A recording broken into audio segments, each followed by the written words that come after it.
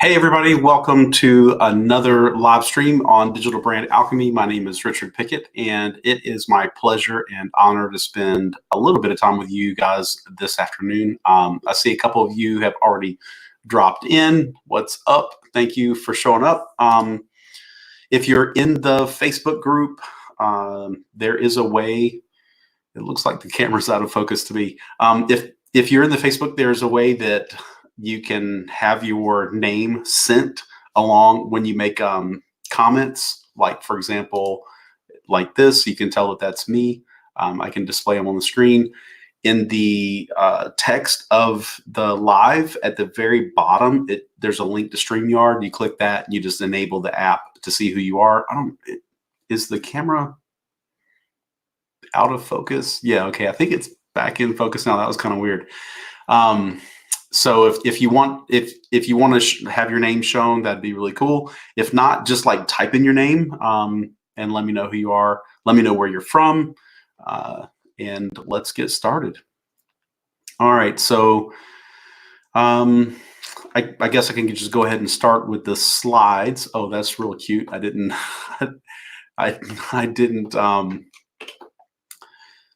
start it as a presentation yet. No worries. There we go. All right.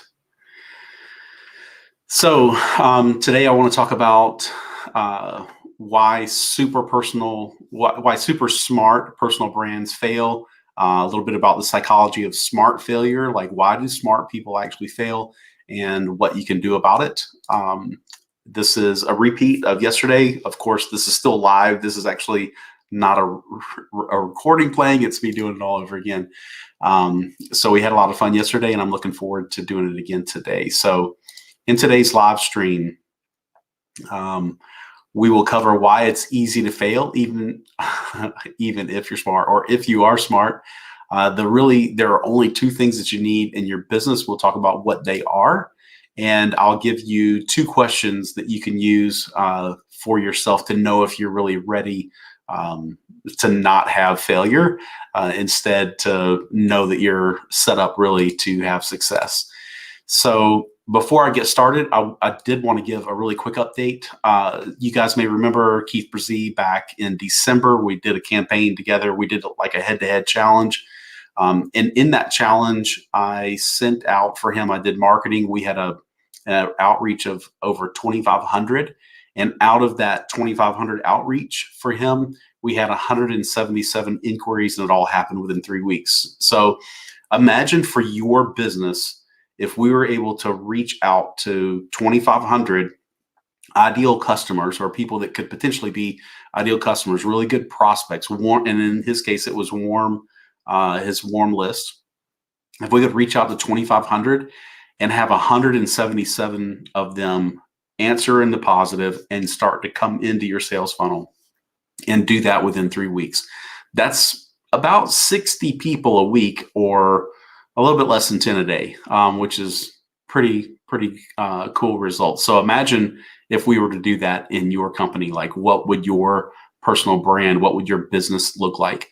My own email list, it's 522, I think it was. I know it says 521 on the slide. That's because obviously one more person has come in. I keep track of those stats all the time. And that 500 was gathered within a 3-week push as well. So there's been some that's trickled in since then, but initially I did a 3-week push.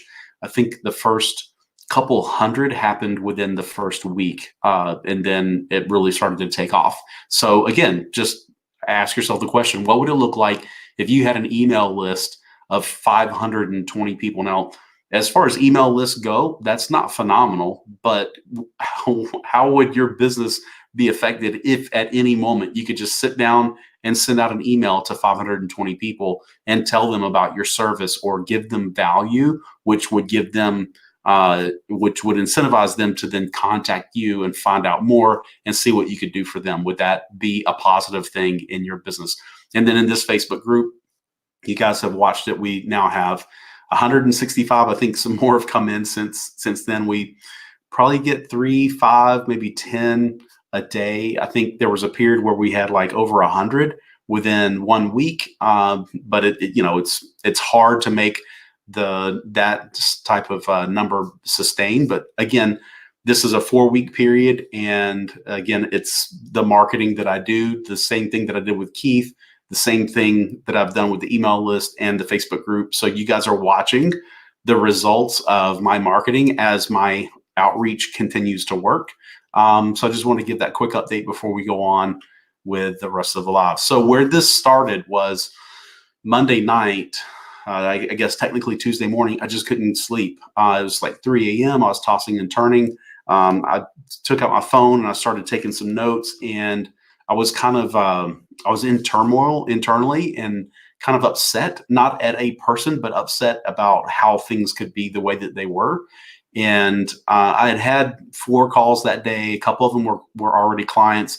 2 of them were prospects. And with both of these prospects, they weren't ready to engage yet, which was cool. Like, we talked about where they were and things that they needed to do. Totally understand it. But the thing that bugged me about these 2 prospects was they were each going to go and do something completely different. They weren't doing the same thing. And what they were going to go do, I knew that one thing they were going to go do wasn't going to work out well.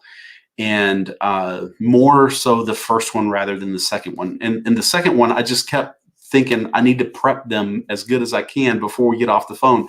And they were ready to get off the phone. It's like as soon as they thought, hey, this is the thing we're going to go do, they were ready to get off the phone. But I knew that they didn't know all the details of how to make that work really well. And I just kept staying on the phone saying, okay, so before you do this, make sure you go do this thing, and this is how you need to do these things. And I just kept trying to give them more clear advice and instruction, because I was really concerned that when we get off the phone, since this isn't something that they're good at, something that they've ever done, what are the chances that they would have success? It just really weighed a lot on me. The first one, they were going to go rework some of their website and change the wording. And messaging is one of the absolute hardest things to do in a brand. And unless you're really well trained at it, you won't get it right. Like, even me, I feel like I'm very good at messaging, but I'm actually a lot better at other people's messaging than my own. And I still need help. I can still use a second pair of eyes of someone looking over my shoulder and telling me what I need to hear about my own messaging, because it's just that difficult. You really have to be very well focused on it. And so both of these calls, like, I just felt concerned that night. I couldn't sleep.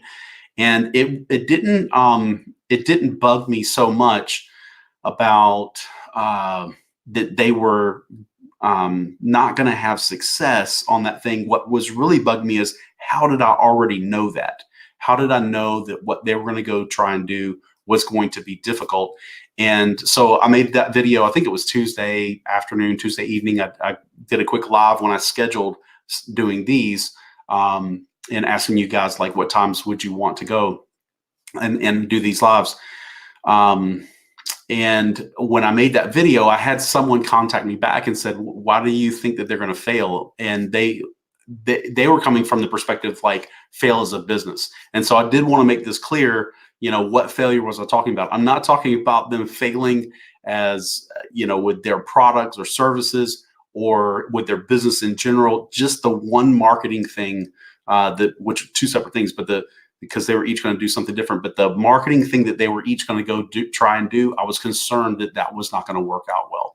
And so, me, if I didn't think that someone's business was viable, I didn't think that it was a good product or service or whatever, or that they could execute, I wouldn't want to take them on as clients anyways. And that wouldn't bug me as much. But this definitely bugged me, because these were very, very smart people in both cases.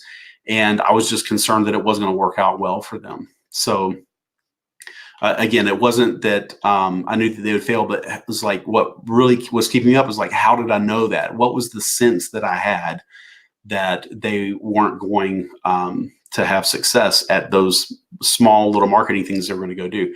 And another 2 things that kind of compounded on this, that was like really weighing on me that day, is I had remembered this statistic about the average podcast dies around 18 months.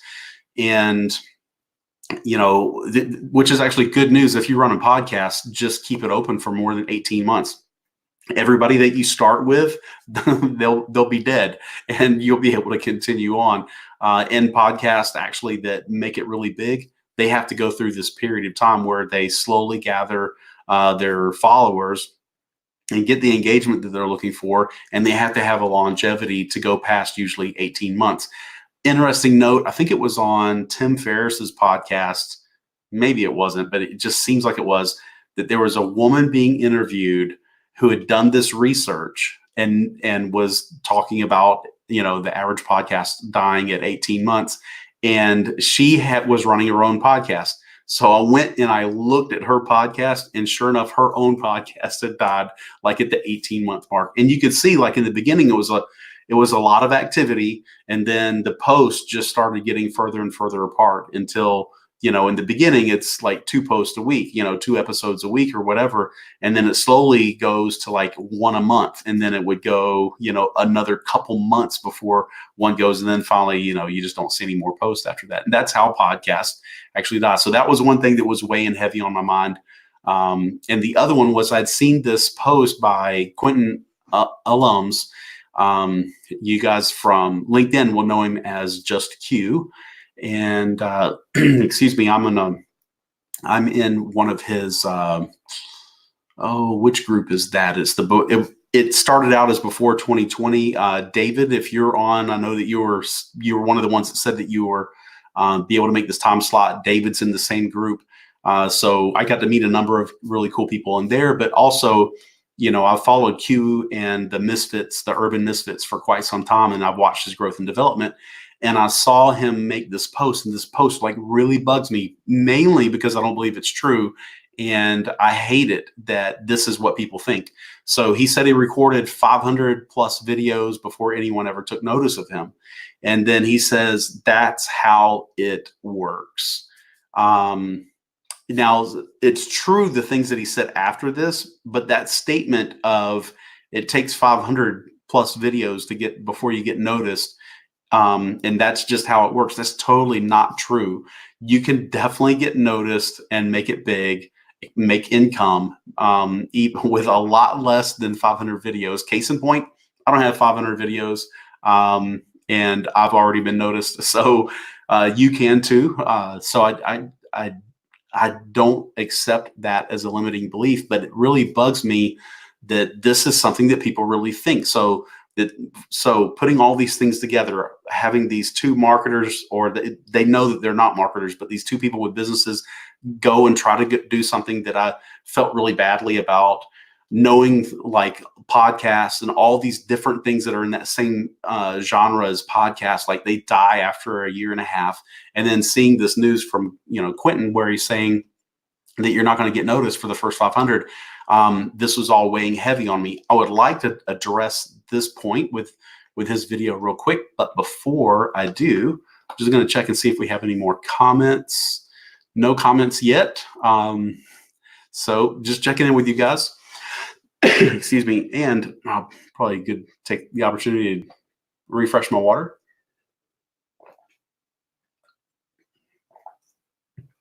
All right. Also, by the way, if you want to join me, want to hop on camera and talk through some of these things, even talk through what this means for your business, by all means, the URL is down in the bottom. You can just go to rpurls.com/live-guest and just have a webcam. It also works on your phone. So if you want to hop on using your phone, the video is good enough. You can join me and we can talk face to face, so to speak, live in front of everybody. So feel free to join if you'd like. All right, so back to Quentin with his 500 videos. There are two things that I feel like had to happen during that 500 video period that were very vital for his business. And when you know what these are, then you can accelerate this in your own business. So number one, he had to improve his own quality. So like especially when you start out in a visual art, like photography or videography, your skill level shows up really quick in the quality of the video or the photograph, as well as, I guess, auditory. Like if you're going to do sound recording or whatever, the quality shows up really quick. So, and there are different levels of this, especially like in terms of like making video. number one, what's the content of the video? And does the visual content and the audio, like if you added sound effect, or if you had like uh, oh, what's the term called? If you had like background music or whatever, like added to the video, like all those things combined, that takes time to learn that craft. So I'm pretty sure over that first 500 videos, Q and his crew all had to learn all of those things. Like, what do you actually put into the video? What's the audio experience like? What's the imagery that's there? What's the content that you're focusing on? So if you're wanting to communicate a message, what's the best way using video to communicate that message? Like, that's a lot of opportunity for improvement of their quality. And he had to learn how to provide value. So not only to make really good video, but then how to provide that as a valuable service to other people. It takes a lot of time to be able to develop that. Now, if you know that about your own business, then you want to just focus on improving your skill and then how to provide that to others. That really we'll get down to the two things you need. This is pretty close to it already from the beginning. So instead of spending a lot of time making 500 videos, for example, try to make one really, really good video, or make 10 really, really good videos, and focus on the craft. Plan them out really well. Think through the content.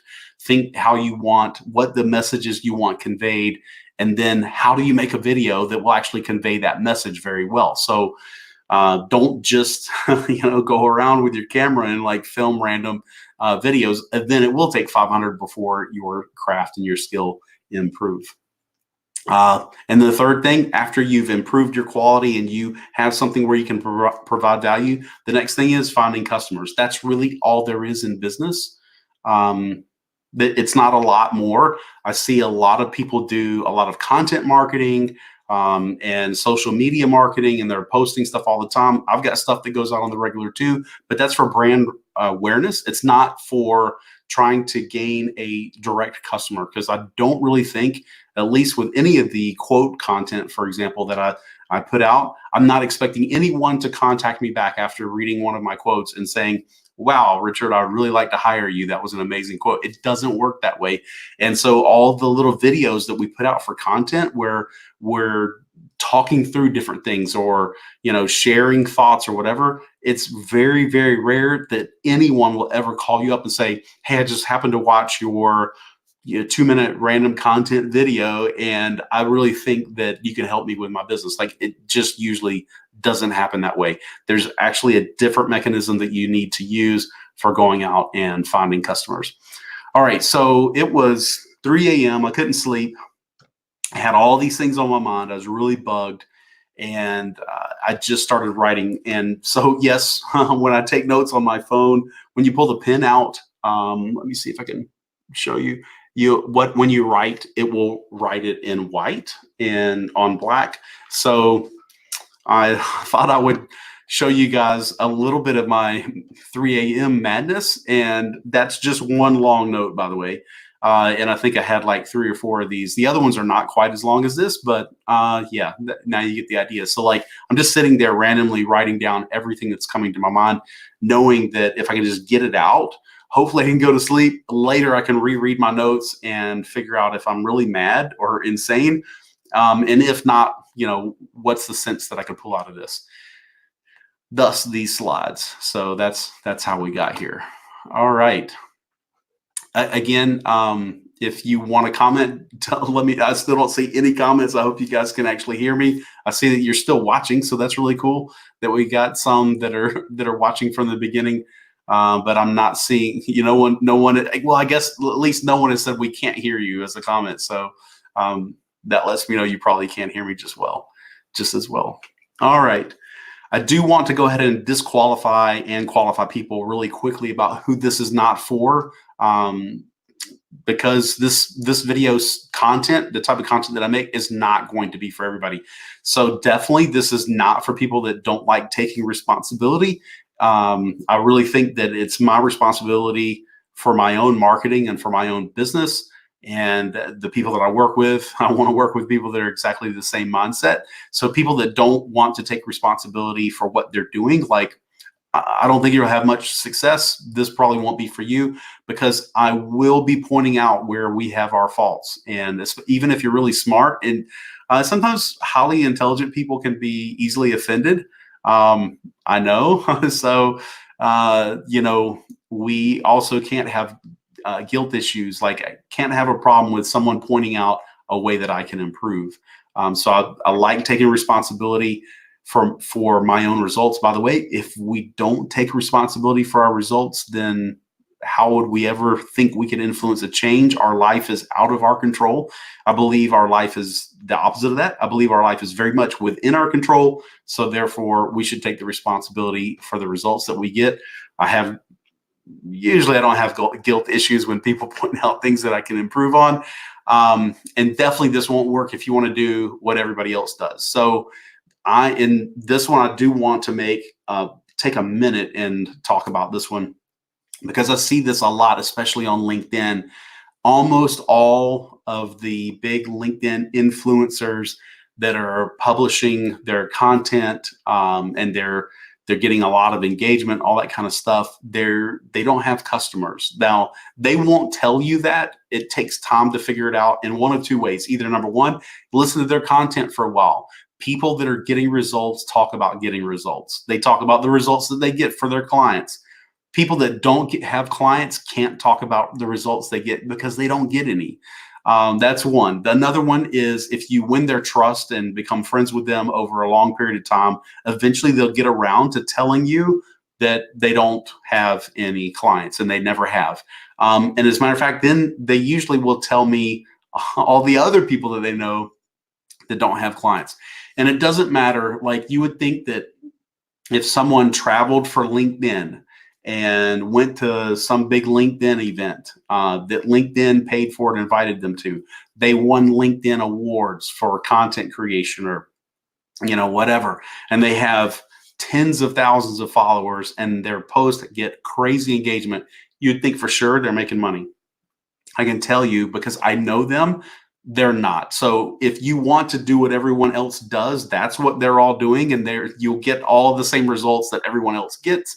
I'm not really interested in that. I'm interested in getting results. So this is not for anyone that fits any of these categories. Who this is for is, you don't want to waste time. So, like, you really just want to focus on, this is what works. This is the thing that I'm going to go do. I don't want to waste a lot of time. By the way, all that engagement stuff that people do, it's a huge waste of time. So I have content that goes out on the regular, but you don't see me busy, like, playing the games of tagging a bunch of people or going to a bunch of other people's posts and commenting on them in order to get them to come and comment on mine, or participating in a pod where I'm publishing my post and then I'm having to go like and comment on everybody else's. Like, I don't like wasting that kind of time. It doesn't actually get any results. So if you don't like wasting time, like, this will be ideal for you.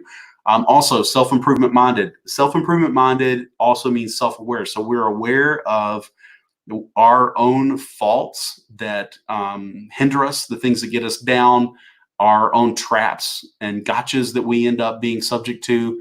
And so we don't mind people pointing them out and becoming very aware of them. By the way, if you have a flaw, just of your personality or whatever, just realizing that and acknowledging that it's present, that it's there, and that it could be influencing you at a particular time, actually is all it takes to stop it from influencing you. So being self-aware, self-improvement minded, and if you would really like a simple plan, at the end of this video, you will see there are only two things that you have to focus on, and it's dead simple. So this will be so for you. All right.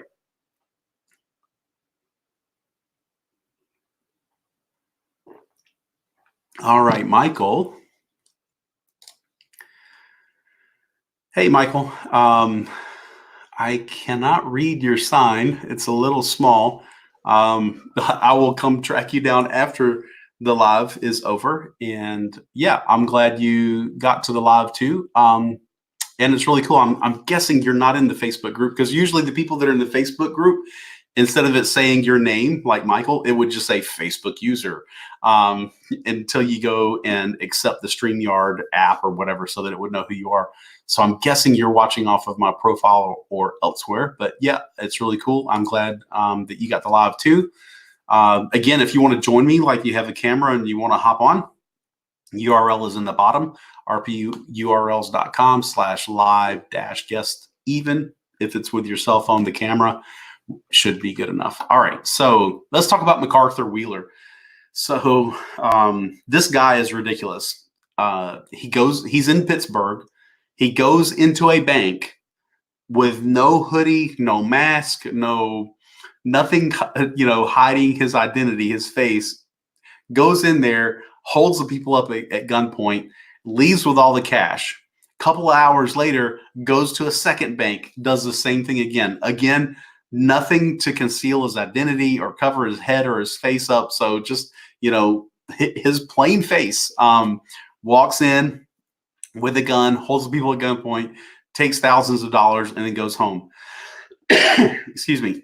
Totally surprised when the police knock on his door just a couple hours later and arrest him. And the very first thing that he said is, he says, "I don't understand. I had the lemon juice on." And so it's a classic example of something called the Dunning-Kruger effect. I think that's the next line, actually.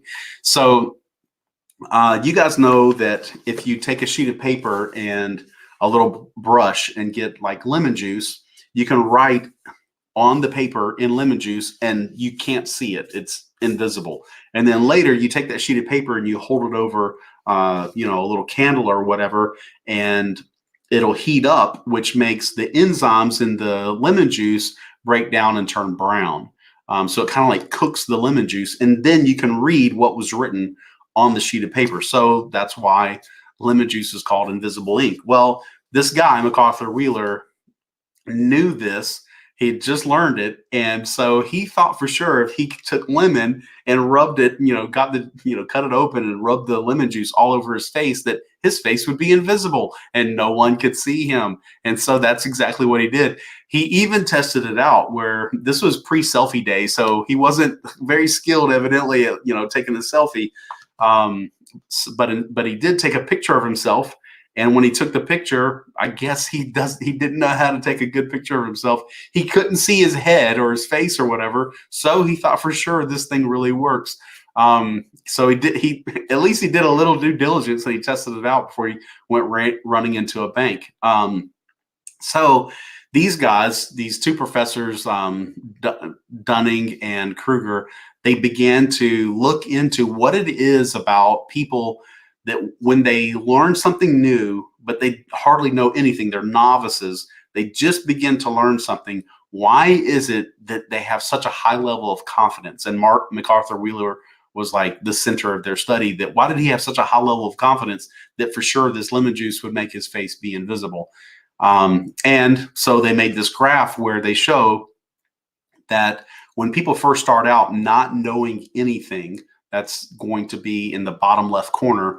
The more they know, you travel from the left side to the right, and the more confidence you have, you go from the bottom to the top. So for sure, when people first start and they know nothing about domain of knowledge, they have very low confidence. But it's that what Dunning and Kruger found is that as they learn just a little bit, their confidence goes up through the roof. And this is where I feel like a lot of people are in marketing. When they start doing online marketing, they learn just a little bit and immediately they think, I'm ready for the world. This thing's got to work. And then the next thing that happens, by the way, is they start hitting brick walls and things don't work that well and their confidence drops back down. They start thinking, oh my God, this stuff really is hard. This is difficult. I'm like, I don't know how other people can make it. And notice by the graph too, they still don't know that much. They learned just a little bit. The biggest thing that they've learned at this point was they don't know that much. It took a couple of, headbutts to a brick wall before they figured out, I just don't know that much about this. And their confidence drops off. And this begins to be healthy. And from there, they can slowly learn. And as they learn, their competence also goes up. So their competence, they begin to become a mastery, and their confidence matches. But prior to that, they knew very little and they had a high amount of confidence. And I'm sure you've met people like this in life, that they just got started on something new and they're all excited and they're telling you all about how it's going to be so successful. And there's something inside of you saying, that sounds really good, but I don't know. I like, it doesn't sound right. Like they seem like they're just too confident about that. And then later they start hitting those brick walls. And then usually when their confidence drops, then they shift and they change off to something else. And whatever that was, they find an excuse or a reason why that didn't work for them. And now they're going to go do something else. But typically, whatever the other thing is they go get involved in, their confidence goes up through the roof. And it's the same thing. They don't know that much about it. They hit a couple of difficulties and then they fall. If you think about people that have success, like let's go back to Quentin with the 500 videos. I'm sure in the beginning his confidence went really high, and then they all had problems. They ran into different technical difficulties and not getting the traction they were wanting, not getting clients like they thought they would, or videos not working out right, and then realizing, oh my goodness, like I don't like our work. We have to increase our skill, and their confidence came way back down. And then slowly over time, they grew in their skills. So their mastery improved, and then over time, their confidence also grew. By the way, Dunning and Kruger labeled these things the peak of Mount Stupid. That's when someone knows very little, but they have a huge amount of confidence. And then naturally, after you hit some brick walls, you have to head to the valley of despair, and where it's like, oh my God, this is never going to work. I can't do this. It's, whatever. It's too painful. I don't know how anybody makes this work. I give up. A lot of people, by the way, they give up and they just don't stick it through to learn that whatever else it takes to actually make it to the way of enlightenment, as they say. All right. So this is a really important question that I think is valuable to ask yourself to gauge, are you too overconfident?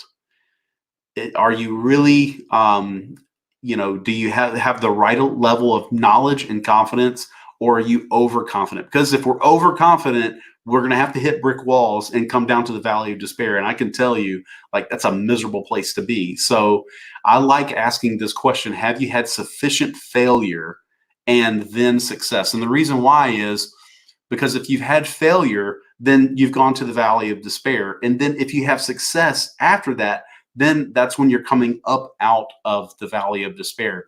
But if we haven't had any failure yet, we could still be in that early trajectory of, we just have a high amount of confidence, but we don't know anything yet.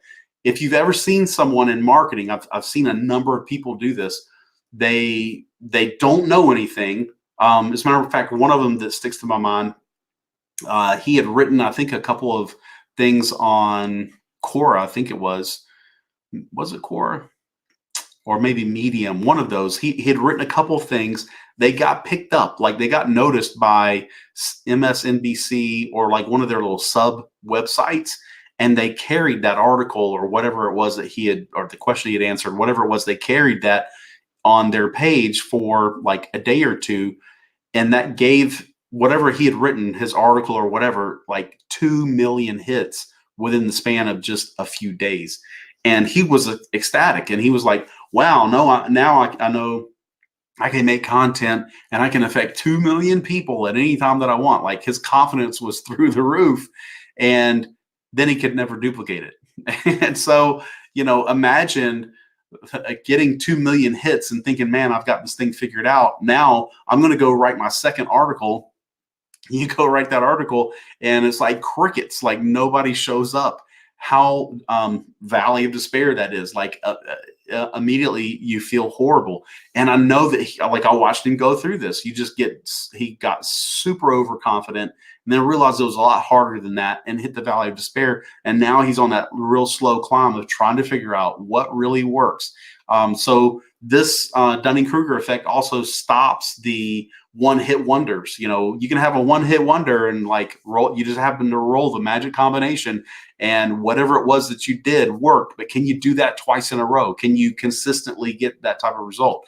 And if you haven't had sufficient failure, that's why I like this question. If you haven't had sufficient failure yet, and then had some success after, you probably don't know enough. And all it's going to take is one really good problem, and all the success will deflate, and our level of confidence will match the amount that we actually know about that domain. So let me switch back over and see if we've got any other comments. None yet, other than Michael. Thank you. All right. And by the way, it's kind of weird that people would vote for this particular time to do a live, because I know a lot of people are getting ready for the Super Bowl. So I thought it was kind of unusual, but so I did it yesterday just in case, and doing it again today according to the time that you guys had voted on. So I understand, like, if a lot of people are not going to be here, I wouldn't have expected them to be here anyway.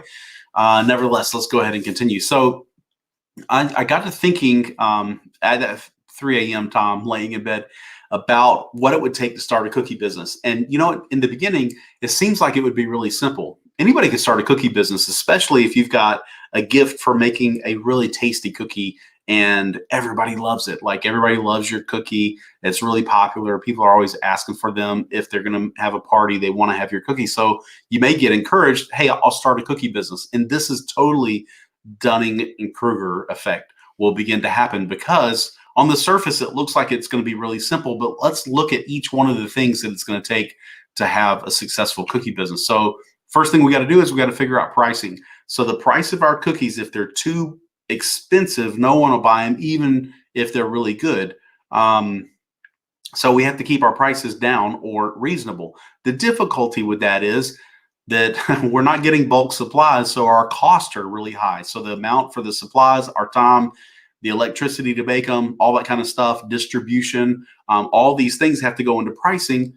And now it's really hard to compete against a mass manufacturing cookie company, because they've got all of those things down to a bare minimum, and they have a very low margin on their cookies. So pricing wise, we're already kind of competed out of the market, unless we can make a really good specialty cookie and we overcharge for it considerably in the mind of the person who's going to be buying it. So the next thing you have to figure out in a cookie business is packaging. So what kind of box are you going to put your cookies in? What's the colors? What's the logo? What's the words you're going to put on there? Are there any pictures? Is it a paper box completely closed, or does it have like one of those little plastic windows where you can see the cookies inside? So all these different ways. Are you going to package them up by the dozen? Do you do it by 6, the half dozens? Do you, what size is the cookie? Maybe you got one of those big monster cookies and you got to have pizza boxes. Like, what does the packaging actually look like? And that's a whole learning curve.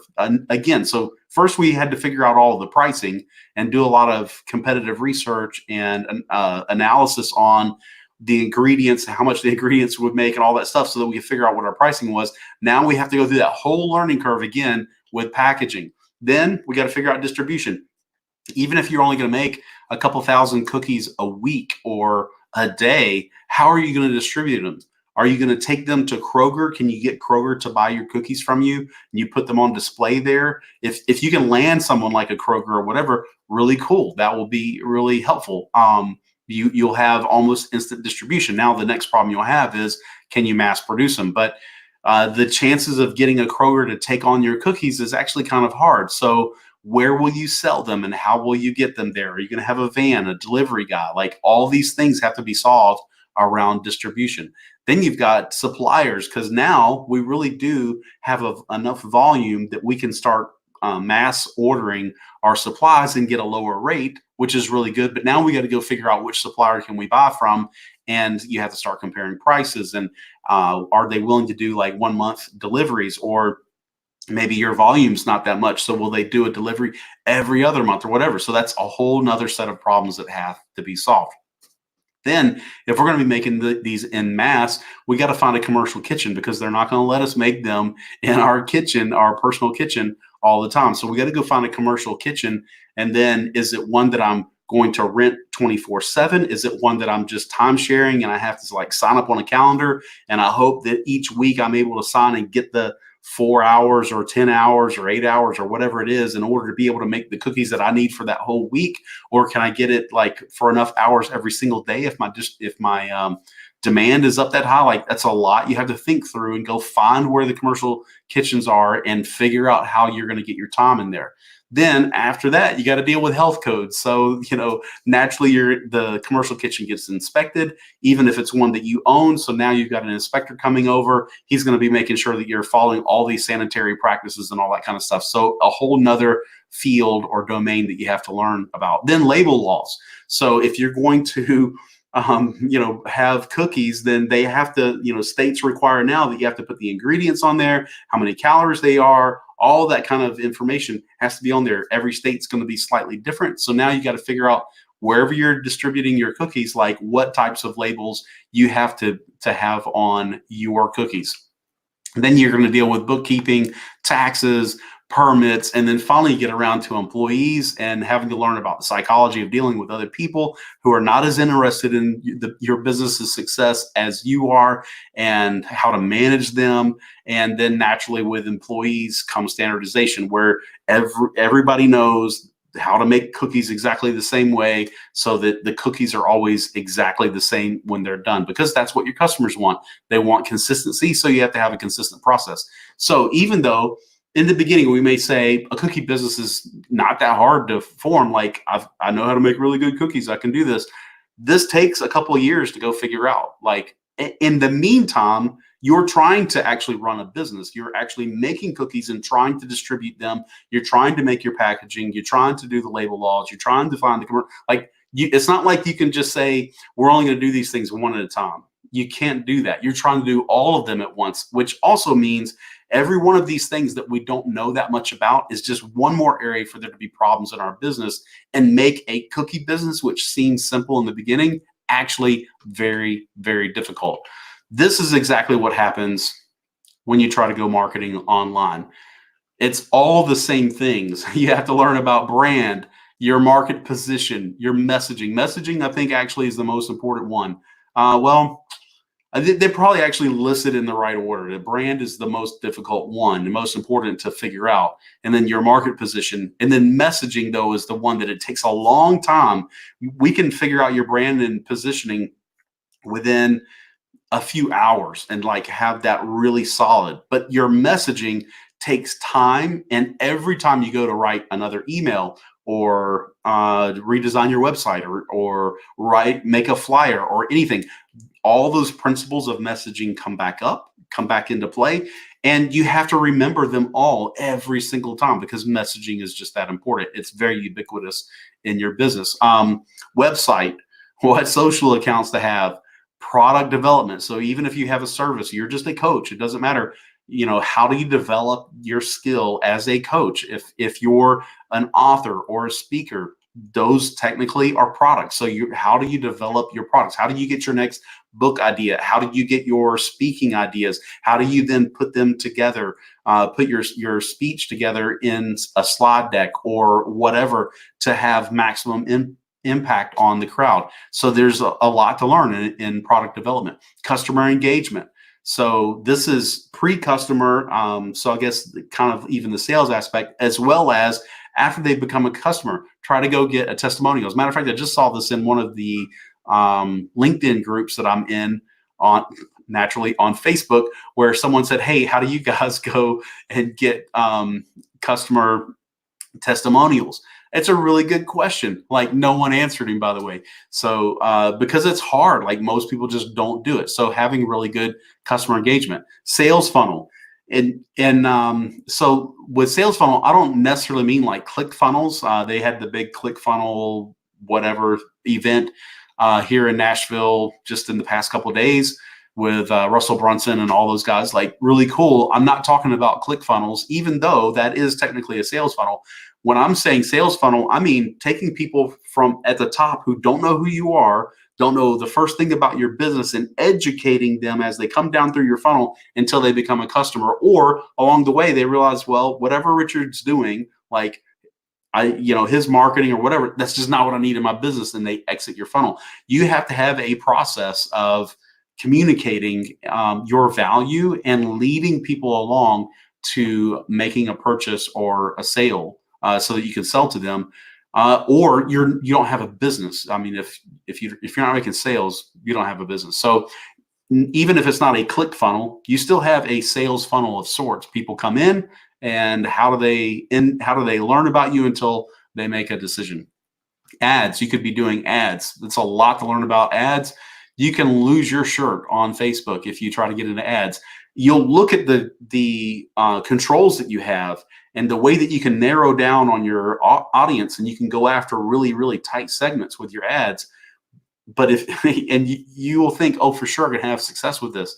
And then a couple $1,000s later and no sales, you'll realize, nope, that's not how this works. Like, it looks like I'm really well in control, but I got a lot more to learn about it. It's every one of these things is Dunning-Kruger all over again. Website, by the way, just looking back at that one, can be super expensive to get it wrong, because you'll pay someone $3,000 to $5,000 both, and you don't know what your messaging is. You don't have your brand worked out well enough. They'll make your website exactly the way that you ask them to, and then you won't get any conversions from it. You will say, why do I have this website and I'm getting traffic, but no one actually turns into a customer for me with this website? So now you go figure out how to improve your messaging, and then you realize, oh, okay, it's all about messaging.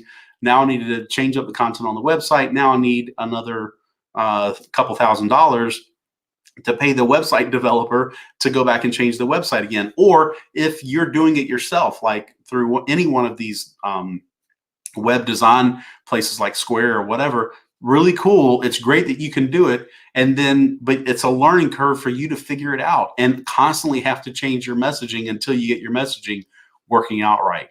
Automation. So I'm really, really big on automation. I like to find one thing that works really well. I do it manually until I make that work. And then I just want to put that thing on autopilot and let that automation do all of my marketing for me. Automation is a huge, huge learning curve. You may want to learn about groups. So Facebook groups, like if you're going to run your own group, how do you do that? It's more than just like starting a group and doing live streams like this one.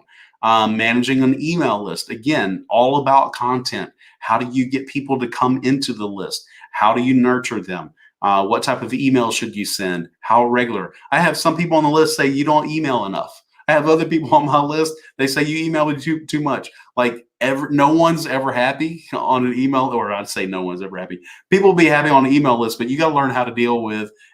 There's always going to be someone telling you it's either too much or too little, and you'll have both of them at the same time. It's really kind of funny. All right, then content, so are you going to do content marketing? That's a learning curve. How to make really good content, how to distribute it. If you're going to do videos, as an example, just getting your content that goes in the video and the sizing, not the length, duration, as well as the dimensions of the video so that it works everywhere. That's a really big one. It takes time to figure that out. And by the way, by the time you get you'll learn the sizing stuff and the length of videos easily, but then what content goes in there that resonates with your ideal customer, but isn't a cat video, like cats chasing lasers. That takes a long time to figure out. Again, that goes back to messaging. So messaging is, I think it's one of the cornerstones.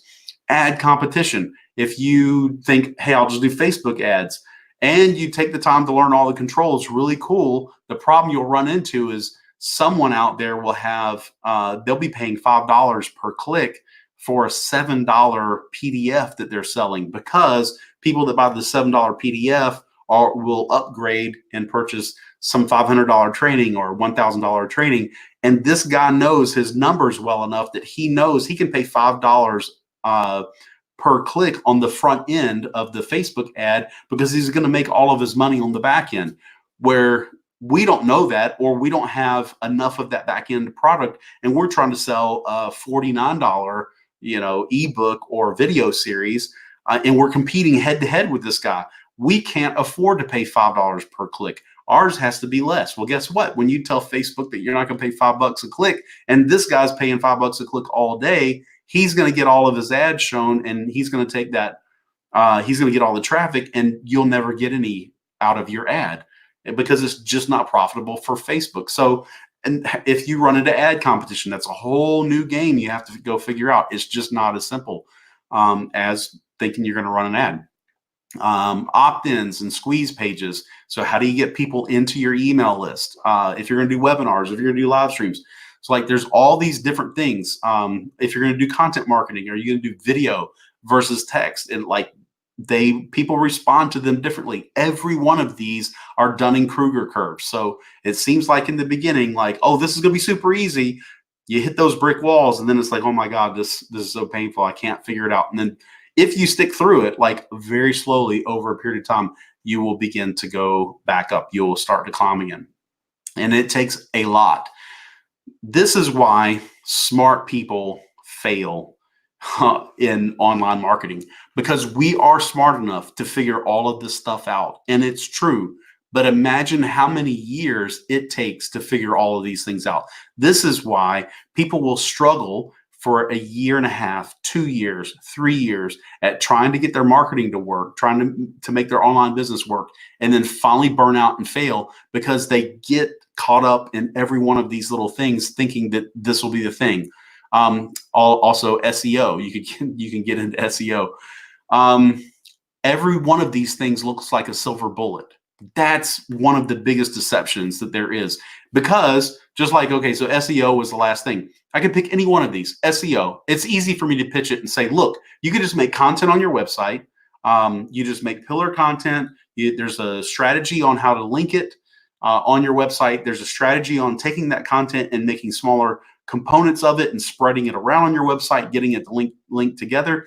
Then there's a social aspect where you go and you find other people who are in related areas or related fields that have websites, and you get them to review your stuff and see if they'll share your link on their site to your content. And you do this whole social engineering aspect, and over time, Google will start to index your website until you're getting traffic off the first page of Google. And when that happens, imagine when 1 million people come into your website every week. And then if you only had a 0.1 percentage rate of conversion from 1 million people come to your website to someone who would actually buy something from you, imagine all the money that you would get. Like, that's actually what happens. People start dreaming, and the SEO looks like it's a silver bullet. Or someone says, hey, all you have to do is webinars. So you've got your product already. Cool. Let me give you my webinar formula. And then you go and you spend all this time making these beautiful webinars, and it's the same kind of thing. Imagine if you can get 10,000 people to come to your webinar in a month. And then if you only got, 5% sales out of that, and it looks like it's really big money. So then you spend $2,000, $5,000 on how to do webinars, or how to do SEO, or how to do live streams, or how to run a Facebook group, or how to do an email list, like any one of these things. And you don't know that much about it. And so your confidence level goes through the roof. And then you realize, wow, there's a lot more to learn. That guy's already got his $5,000 from you because, it looked like it's a really cool silver bullet. And then, you're in the valley of despair. And over time, you start figuring out, how does this actually work? So the problem with all of these are they take your time to master, and it's all very fragmented. None of them are working together. You can go and learn about SEO all by itself, but it doesn't have anything to do with your product, or setting up a sales funnel as an example, or building an email list so that you got all this traffic coming to your website. Let's say the SEO actually worked. You got all this traffic coming to your website, and then what? Like, how did you actually sell to them? So now you have to make a sales page, but guess what? Google's not in the business of sending traffic to your sales page. So you got people coming to your content, which is really cool, but how do you get them then from your content to your sales page? None of this is all integrated well together. They're all very fragmented. And you are the one, as the online marketer, that has to put it all, like figure out the actual plan and put it all together. And it takes a long time to do it. You'll either pay in time, money, or in failure, or in some variation of all three of those things. It's a sad truth. There are only 2 things that you have to have in your business, just 2. Only these 2 things. And so I told you in the very beginning, I would want it to be really simple. These are the only 2 things you have to have. You have to have a valuable product or service. You don't have to have a website. You don't have to have an email list. You don't have to live stream. You don't have to have a Facebook group. You don't have to even have a social profile. You do have to have a valuable product or service. That's one of the core things you actually have to have. Going back to Q's 500 videos, that's the thing that he learned. It took him 500 videos to learn how to make a valuable product or service and get exposure where people began to see it, which leads you to number two. You have to have customers. If you don't have a valuable product or service, or you don't have customers, or you've got customers and you don't have a valuable product or service, like you don't have a business. These are the only two things that you have to have. And when you've got them both, you've got a business. When you don't have one of them, you don't have a business yet. So all these other things about setting up websites, I've got a website, running live streams. I do live streams. Having a Facebook group, I've got a Facebook group. Running an email list, I've got an email list. All those things are totally unnecessary.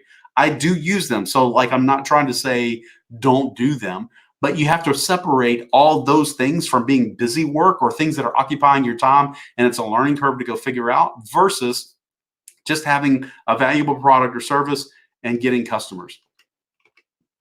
So here are the two questions that I have for you. Is your product ready?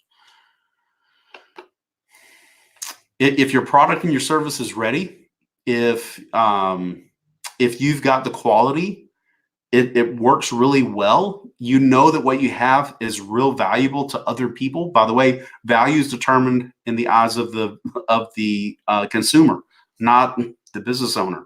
I can think my cookies are worth $10 a cookie, but if I can't sell them for $10 a cookie, then no customers believe that. And whatever I can sell them for, maybe $3 a cookie, then that's the value in the eyes of the customer. That they're the ones that determine if the product is valuable. So is your product or service ready to go? Is this something you can go do? I ask my clients this. Actually, I ask them this before they become a client of mine. I say, can you fill in the blanks on this? Richard, if you find someone this week that has problem, fill in the blank. What's that? If they have this problem, fill in the blank. Send them to me because I will do fill in the blank for them. And they will get fill in the blank result in X days. If you can fill in those blanks and with a high level of confidence that if I can send you that person with that problem, you know exactly what to do about it and you know exactly what results they're going to get, then your product or service is ready. Then the next question we need to ask is where can you find your ideal customer? Like where do they actually hang out? And that's easy for you to reach them. Not, well, they're all online, or yes, that's true. I guarantee you could find every one of your customers in the mall, but you can't narrow them down and just say, that guy right there in the mall is my ideal customer. So I use this example. Imagine this is a powder, but I usually have a cream. Imagine this is a cream that's a miracle burn cream. That if you had a 3rd degree burn all the way down to your bone, like the skin, the muscle, the bone is all completely burnt, and we put this cream on it, 24 hours later, your skin, the muscle, the skin, the bone, everything is completely healed, baby fresh, like it's brand new skin, no scar, no pain. Everybody needs this, right? You couldn't sell it, by the way. You wouldn't be able to give this stuff away. Everybody needs it. But how would you sell it to them? We could go to the busiest intersection in New York City, which is Times Square. Millions of people go through there all day long. You couldn't sell this stuff, even though every one of those people, they need it next to their barbecue. They need it in their garage. They got to have some in the kitchen. Like this should be in every household, right? You wouldn't be able to sell it to anyone. However, when we ask this question, where's the ideal customer? Where is your ideal customer easiest to find? It's easiest to find them in a burn unit at a hospital. If you had one single bottle and you went into a burn unit, obviously you would be able to find all kinds of buyers in there because that's where they go. So is your product or service ready? If the answer to that's yes, then where's it easiest to find your customers? I happen to like LinkedIn. For me, it's easier because most of my customers can be found by using search terms that are related to their careers or their jobs. So that works really well for me, but those search terms may not work well for you. Like if you're looking for people and you can't distinguish them by their job titles, you have to use something else. Maybe Facebook is easier for you or some other social platform, but the question still remains, where's your customer easiest to find? So I encourage you, like, make a really simple plan. Just think about your product or service. Think about where those people are. Don't overcomplicate it. Don't get busy making a bunch of videos. Don't start up all these things. You don't even have to have a website. I know a number of coaches, as an example, on LinkedIn. They just use their profile. They don't even have a website. Make your profile look really good. That's all that they need. They don't send people to anywhere else. They don't even use email. They can message back and forth directly in LinkedIn. So whatever's the simplest, make a very, very simple plan for your product and service and reaching out to your ideal customer, and then get results. Now, again, I focus on results. That's why at the very beginning, I told you about bringing 177 people in to my buddy Keith's business. And that was back in December. I've got, naturally, I have other clients besides him, but his was a public challenge that we did. So that's why I'm fairly confident it's okay to talk about the results of that one. And you see, I'm getting results myself with my own email list, with this group, et cetera. So what's it going to take for you to get results in your business? I would love if you want to set up some time to DM, to chat, whatever. Come live. We can talk through your stuff in front of everyone if you wanted, or we can have a private session. I would love to connect. All right, I am going to go back, and we still have people in the live. Cool. And we're at the 1 hour mark. I know that you guys have to be getting ready for Super Bowl starting up, I think, in about 30 minutes. And if there aren't any other questions, I'll just wait another maybe 10 seconds. Then I will be splitting because I got to go watch. I'm not that big of a sports fan, but I will keep up with the Super Bowl tonight.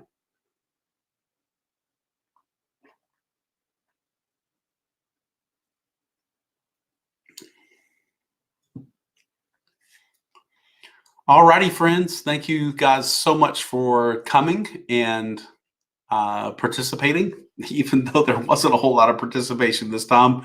I love you guys anyway. Thanks again for coming, and I will see you guys later in the next broadcast.